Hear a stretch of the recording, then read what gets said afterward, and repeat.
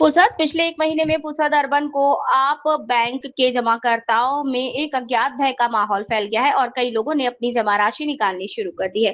पिछले 40 वर्षों से बैंक की सभी शाखाएं रिजर्व बैंक के मानदंडों के अनुसार काम कर रही हैं, इसीलिए जमाकर्ताओं को किसी प्रकार का भय नहीं होना चाहिए और जिस विश्वास के साथ उन्होंने अब तक बैंक में अपनी जमा राशि रखी है, उसे बनाए रखना चाहिए। बैंक के जमाकर्ताओं के हित निदेशक मंडल बैंक के सभी अधिकारियों और कर्मचारियों के लिए महत्वपूर्ण है और इसके लिए सभी विकल्प खुले रखे गए हैं। पुसद अर्बन बैंक के अध्यक्ष शरद मैन ने एक प्रेस कॉन्फ्रेंस में कहा। शरद मैन ने बैंक की स्थापना से लेकर अब तक की सफल यात्रा की जानकारी देते हुए कहा कि आम जमाकर्ताओं के सहयोग से और आम कर्जदारों को आसानी से कर्ज उपलब्ध कराने के उद्देश्य से बैंक के संस्थापक सहकारी सूर्य स्वर्गीय अप्पाजी ओसेगांवकर प्रथम अध्यक्ष स्वर्गीय बाबू शेठ हिरानी की पहल और लोक नेता मनोहर भाऊ नाइक के मार्गदर्शन में मेरे पिता एड अप्पाराव में 12 साल के अध्यक्षत्व और मेरे 23 साल के अध्यक्षत्व काल में 40 साल पहले पुसद अर्बन बैंक की शाखा के रूप में लगाया गया पौधा आज महाराष्ट्र में 37 शाखाओं के साथ एक वट वृक्ष में तब्दील हो चुका है।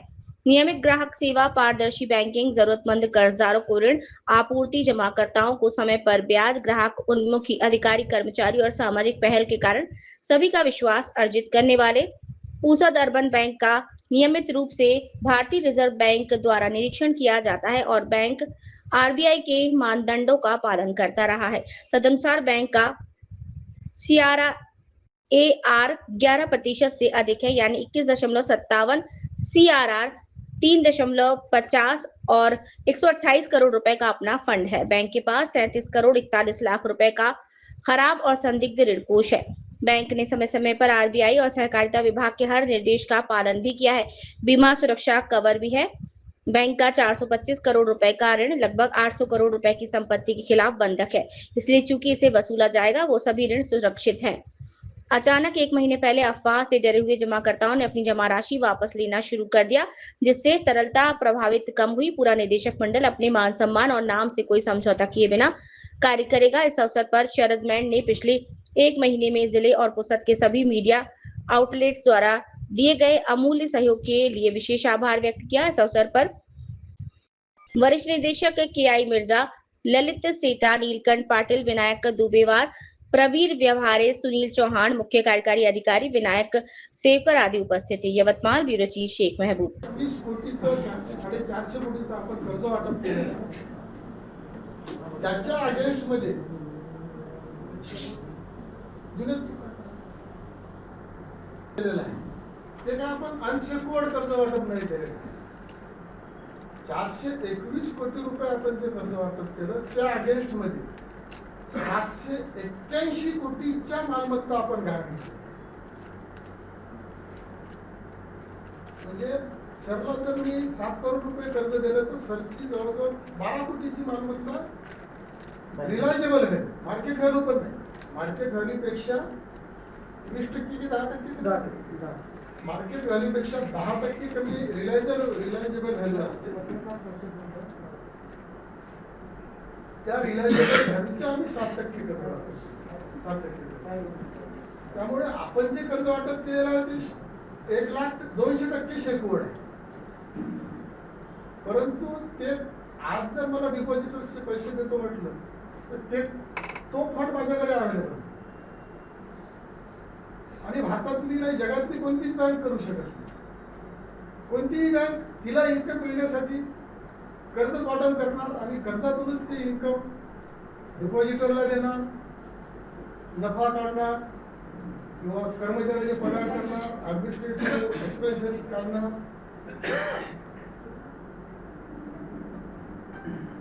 अशी थोडी संभ्रमाची परिस्थिती आपल्या.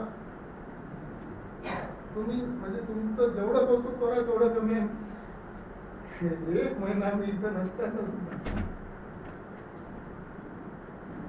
सुद्धा त्यामध्ये कसं आहे आपल्या आपुलकी सगळ्याची इतके पैशावर जुळले आमचे सामाजिक काम असो की आपल्या बँकेचे सगळे मी तर मागच्या 17 तारखेपासून 18ला सुटलो.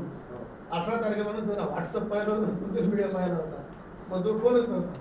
मग मी जुनेदचा फोन घेतला. आम्ही तुम्ही लोकांनी खूप चांगला सपोर्ट आपल्या संस्थेला दिला.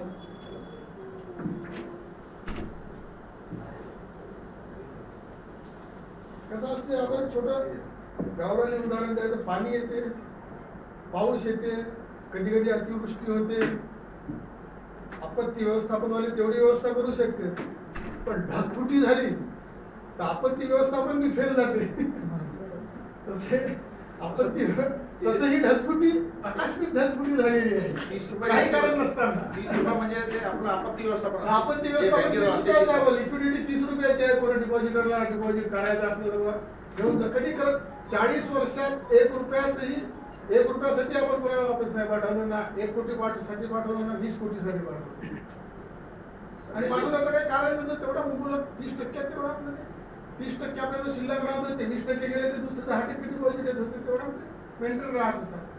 आणि रिझर्व्ह बँकेचे नियम आहेत की जेवढं काही डिपॉझिट आहे तुमचं, त्यापैकी 18% तुम्हाला SLR इन्व्हेस्टमेंट करायला लागते. तिला हातच नाही लावता येतात. आता हे 121 कोटी आपले फंड आहे, पण याला मोडायचा अधिकार नाही आहे. हे संस्थेचा आपला स्वतःचा फंड आहे. हे आपण तयार केलेला आहे सभासदांच्या मार्फत, नफ्यातून आलेल्या इन्कम मार्फत. याला आपल्याला हातच नाही लावता येत. ते नियम जे आहेत रिझर्व्ह बँकेचे सहकार करायचे. आता 755 पैकी 18% म्हणजे किती अमाऊंट आहे ती आपली SLRची? 130 कोटी. 130 कोटी रुपये फंड ते सेंट्रल गव्हर्नमेंटच्या सेक्युरिटीज घेणं कंपल्सरी आहे आम्हाला. म्हणजे ते सस्पेन्शन असावं तुम्ही हे झालं, पण ते 18% आम्हाला खर्चच करता येईल आपल्याला. ते 130 कोटी रुपये तसे बोलतो. 421 कोटी आपले कर्जाच्या ह्याच्यात गुंतून आहे. हे 121 हे जे ओन फंड आणि शेअर कॅपिटल रिझर्व्ह आणि अदर फंड आहे आपले स्वतःचे, ते मोडायचा आपल्याला अधिकार नाही. सहकार खाते ते आपल्याला काढू देत नाही. रिझर्व्ह बँकेने परवानगी परवानगी देते. रिझर्व्ह बँकेने परवानगी देते. आणि फक्त संचालक मंडळाच्या वतीने मी सगळ्यांना एक आश्वासित करतो की डिपॉझिटरच्या 1 रुपयाला सुद्धा धक्का लागणार. त्याची सगळी पॅरलल आम्ही जे काही आम्हाला करता येईल ती सगळे पॅरलल, सगळे आमचे डोअर्स आम्ही ओपन ठेवलेले आहेत. डिपॉझिटरचा 1 रुपयाही डुबणार नाही. कोणत्याही कर्मचाऱ्याला आम्ही वाऱ्यावर सोडणार नाही. आणि संस्थेसाठी ठेवीदाराचं हित जोपासण्यासाठी आणि कर्मचाऱ्यांसाठी कोणत्याही लेवलला जाऊ, 40 वर्ष जरी 40 वर्षापैकी 38 वर्ष जरी रक्ताचं पाणी करून आम्ही आपल्या परिवाराला परिवाराला जे प्रेम केलं सभासदांनी आणि आम्हाला जे तिथं अध्यक्ष म्हणून संचालक मंडळाला आम्हाला काम करायची संधी दिली.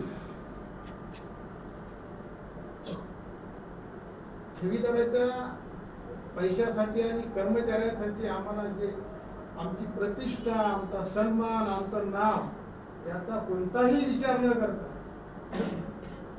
ठेवीदाराचा 1ही रुपया डुबू देणार नाही. कर्मचाऱ्याची कोणाचीही आम्ही नोकरी जाऊ देणार नाही. आणि तेवढ्या स्वाभिमानानं आणि तेवढ्या ताठमानेनं पूर्ण कुशलवासियांसमोर आम्ही राहणार. त्यामुळे सभासदांना आणि ठेवीदारांना तुमच्या माध्यमातून तुम्ही विश्वास द्या. हे आपला शब्द आहे. आजपर्यंत आपण कधी प्रार्थना काय प्रथा होऊ नाही दिली. कोणाही ठेवीदाराला कधीही आपण त्यांचं नुकसान होईल किंवा ठेवी होईल.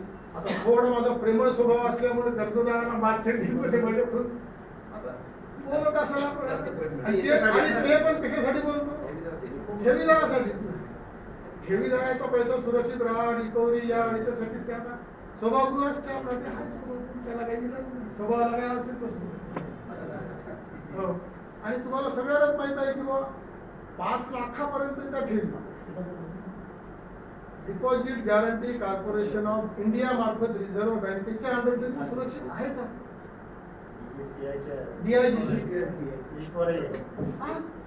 आणि दरवर्षी सर्व ठेवी सुरक्षित राहाव्यात म्हणून 1 करोड रुपयाचा प्रीमियम आहे. आणि मागच्या 40 वर्षात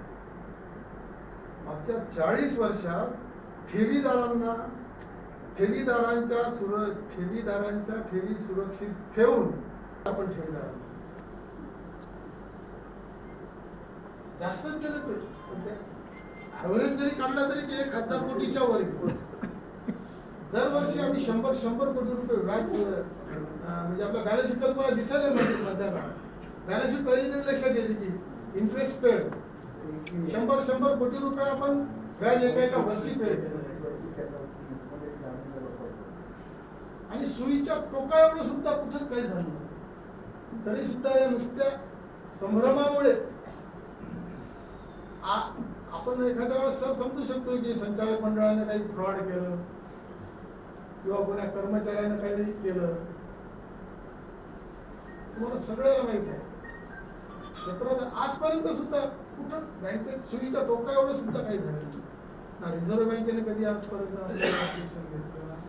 स्टॅट्युटरी ऑडिट होते रिझर्व्ह बँकेने आजपर्यंत आपले रोज रिपोर्ट जात होते ते म्हणजे एवढे चांगले पॅरामीटर आणि आले एवढे चांगले पॅरामीटर मी तर PCR मध्ये असताना सुद्धा स्वतः यांना पाठवलं होतं सगळ्यांना की तुम्ही आरबीआयला कळवा.